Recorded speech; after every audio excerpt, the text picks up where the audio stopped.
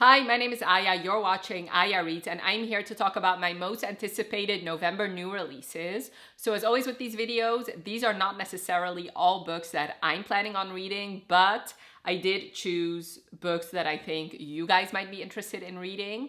Also, usually I have a little bit more books, but I figured since we're coming up towards the end of the year, first of all, I don't feel like there were a lot of good new releases in November. And also I feel like, I don't know, at least for the end of the year, I'm mainly focusing on trying to finish as many series as I can, trying to get other books that were on previous TBRs off of my TBR, and focusing a little bit less on new releases.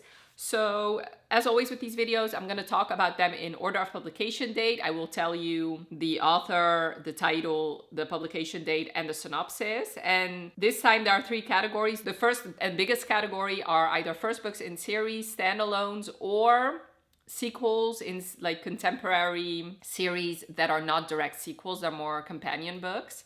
The second category are holiday romances, and the third category are direct sequels where you would actually have to have read the first book. And in that category, I will only tell you the author, the title, and the publication date, because I figured if you're interested in any of the books in that category, you have already read the first book, so you already know the synopsis. First book I'm going to talk about is Lost and Lassoed by Lila Sage, which is the third book in the Rebel Blue Ranch series.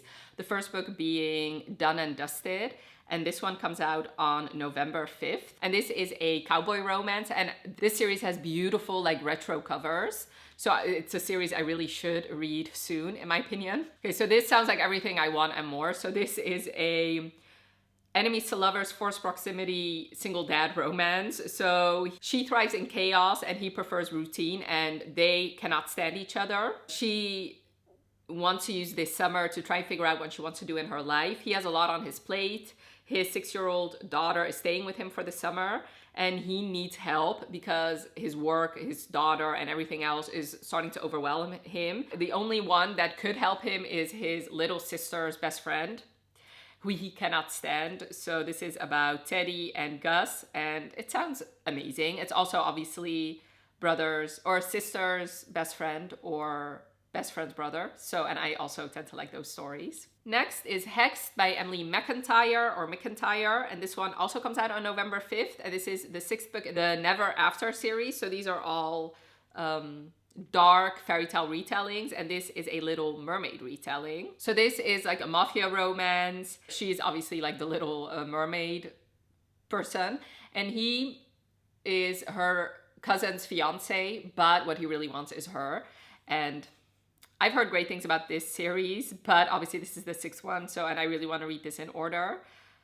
So I really should get a move on that. Another book that comes out on November 5th is My Darling Jane by Ilsa Madden Mills.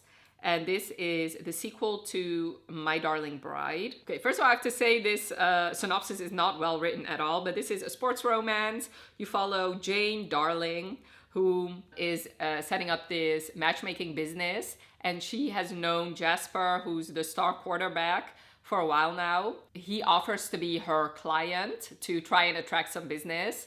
So she has to set him up with date after date after date, and then soon he realizes that she's the one he wants. I tend to like those where one is trying to set the other up for love, and then really it's them they want. I tend to like those stories.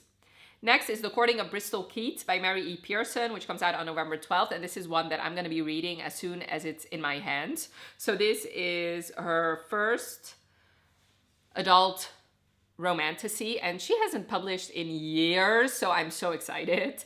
So this is a fae fantasy romance. You follow this girl who lives in this small town. Her father passed away years ago, and now she's getting a mysterious letter from an aunt that she's never heard of. And this aunt is revealing all these secrets, including that her dad is not dead. He has been kidnapped to the realm where he's from, which is a realm full of gods and fae and monsters. So she goes there, and there she meets this fae king. She makes a deadly bargain with him. This is the first book in a duology, and like I said, I don't care what this book is about. I was going to read it regardless, so very excited about it. November 12th. I'm going to be doing nothing but reading this book. Another book that comes out on November 12th is Her Night at the Museum by Bryn Donovan. This sounds so cute. This actually reminds me of a Charmed episode. So maybe that was the inspiration, I don't know. So basically, Sir Griffin de Beaufort was cursed centuries ago by this enchanter to see, hear, and think, but never to move or speak. So he has been trapped in stone for centuries until an unexpected kiss from a fair maiden breathes new life into his soul and body. So basically, Emily is a recently divorced conservator at the Art Institute of Chicago, and she is in charge of restoring, or the restoration of, a statue of a medieval English knight, and then he comes to life, I guess, after she kisses him. And now she has to navigate him, I guess, because obviously he is a knight from medieval times, now in modern day Chicago. It sounds so cute and so much fun. Another book that comes out on November 12th is Wake Up, Nat and Darcy by Kate Cochrane. Okay, so basically you follow these two women. One was cut from the US women's hockey team right before her third chance at gold.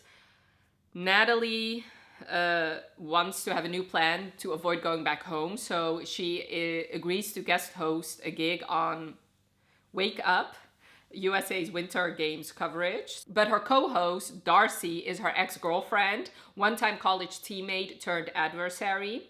So they have to work together, obviously, but obviously they're exes. But then the audience seem to really take a liking to them, so they have to lean into their chemistry. And obviously it's going to be a second chance romance. This doesn't have the highest ratings, but so far it only has like 82 ratings, so I don't know if that says a lot. So on November 19th, Servant of Earth by Sarah Hawley comes out. And this is another fantasy romance. So basically you follow this human woman who is a servant in the fairies' underground kingdom. And she must help her mistress undertake 6 deadly trials. And if she succeeds, her mistress will gain immortality and become the heir to Earth House. And if she doesn't succeed, the punishment is death, both for the mistress and the servant. And eventually she stumbles upon this rebellion, and of course she falls in love with the rebellion leader. And there's a sentient dagger involved, and yeah, it sounds like a lot of fantasy romances, but so far it has a good rating. Another book that comes out on November 19th is Variation by Rebecca Yarros. So this doesn't have a big synopsis at all. I'm just gonna read you what it says. It's a contemporary romance about the summer a celebrated dancer returns home and unearths years of family secrets with the Coast Guard rescue swimmer she never forgot. So the fact that it's only like this short makes me think, is it coming out on November 19th? I don't know, we'll see. I do love the cover though, it's beautiful. Another book that comes out on November 19th is The Serpent and the Wolf by Rebecca Robinson, another fantasy romance. So a lot of fantasy romances coming out this month, which makes sense because I also want to read a lot of like fantasy romances, paranormal romances during the fall, winter times. Okay, so this is about a princess named Vasa. After losing her mother, her only remaining parent, to a mysterious dark magic that has since awakened within her. Her brother, who marries her off to king from a different country, and his plan is for her to die so that he can use that as a rallying cry to invade the foreigner's kingdom.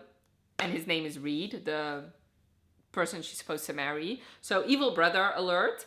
And she gets married, but she's intending to escape. But then she's obviously attracted to her new husband, and he makes a deal with her. If she can help him win the votes to rise in power, she can walk free, and he'll keep the knowledge he has of her dark powers to himself. But like I said, they obviously fall in love. It sounds very good. On November 19th, A Legend in the Baking by Jamie Wesley comes out, and this is the second book in the Fake It Till You Bake It series, and this is another book about baking, which I love that. So this sounds good. This sounds like pining hero and heroine, which I love. So basically, August was supposed to be a silent partner in like this cupcake business, but then a rant of him went viral saying that women bakers are very important and that they need to be acknowledged. So because of that going viral, his partners tell him they need to capitalize on that to grow their business. So one of the partners is his best friend, and he asks his sister to help because she's a social media manager, and she has always had a crush on her brother's best friend, and August, also had a long crush on his best friend's sister. So I love those stories. She agrees to help, but she knows it's going to be difficult for her since she's had a crush on him all these years. The cover is cute. It's about baking and bakers, and I tend to like those stories. And especially like the mutual pining stories, I love. I eat that shit up. On November 21st, Broken Harbor by Catherine Cowles comes out. This is the third book in her Sparrow Falls series. So this is a hockey romance. It's a romantic suspense like every other book in this series. And this is also a single mom romance. So her life is falling apart. He's helping her pick up the pieces by moving them into his house. And yeah. And the last book in this category is The Jewel of the Isle by Carrie Rea. And this one comes out on November 24th. Okay, so this sounds ridiculous, but cute at the same time. And I do like the tagline. So 2 very indoor people rough it in a remote island after getting swept up in an archaeologist's hunt for famed jewels. So basically, she is not a hiker or anything wild doorsy type person, but her father always had this dream of going, had this like national park bucket list, and her father died, so she decides to do that in his stead. So she hires this company, or she hires this tour guide, the only one that isn't booked solid, and Ryder Fleet is going to be her tour guide. What she doesn't know though is that he's also not an outdoorsy person. He created this company with his brother, and his brother was the outdoorsy guy. He was the marketing guy, but his brother also passed away. So now he has to be her tour guide. And while they're in the wilderness, they witness a brutal crime, and they are forced to evade a group of archaeologists on the hunt for a jewel. And of course, having to huddle together for warmth means they're gonna fall in love eventually. I do like this cover, and this sounds like ridiculous enough to be very entertaining. Now for the holiday romances, I have 2 to share. The first one is Holiday Wedding by Melissa Diamond. What I found interesting about this book is that there are 2 versions. One is a spicy open door one, and one is a closed door one. So for every reader, there's an option. I get that not a lot of authors can do that, but I appreciate her for doing this. Okay, so basically this is 2 romances, but one is already a romance. So Gwen and Caleb are getting married, but because of a blizzard, that's going to be very difficult. And then Jenny is Gwen's best friend, and she is going to fall for the best man, I guess. So it sounds cute. And like I said, whether or not you like spicy scenes or closed door romances, you can read this book. And the last holiday romance doesn't have a blurb, so we'll see if it comes out, but it's The Christmas List by Maren Moore, which comes out on November 29th, if it still comes out. And this is a Strawberry Hollow novella, which I read the last book in that series, A Festive Feud, and I really, really liked it. So yeah, if it still comes out on November 29th, I'm gonna make an effort to read that one. And then the last category are direct sequels. Like I said, I'm not going to tell you anything about the synopsis. So the first book is The Songbird and the Heart of Stone by Carissa Broadbent, and this one comes out on November 19th, and I'm going to be reading that as soon as it is in my hands. It's the third book in the Crowns of Nyaxia series. This is basically a series of duologies, and this is the start of a new duology. So, but you do have to read the first one, so that's why I can't really tell you about the synopsis. Next is The Mirror by Nora Roberts, which is the second book in the Lost Bride trilogy, and this one also comes out on November 19th.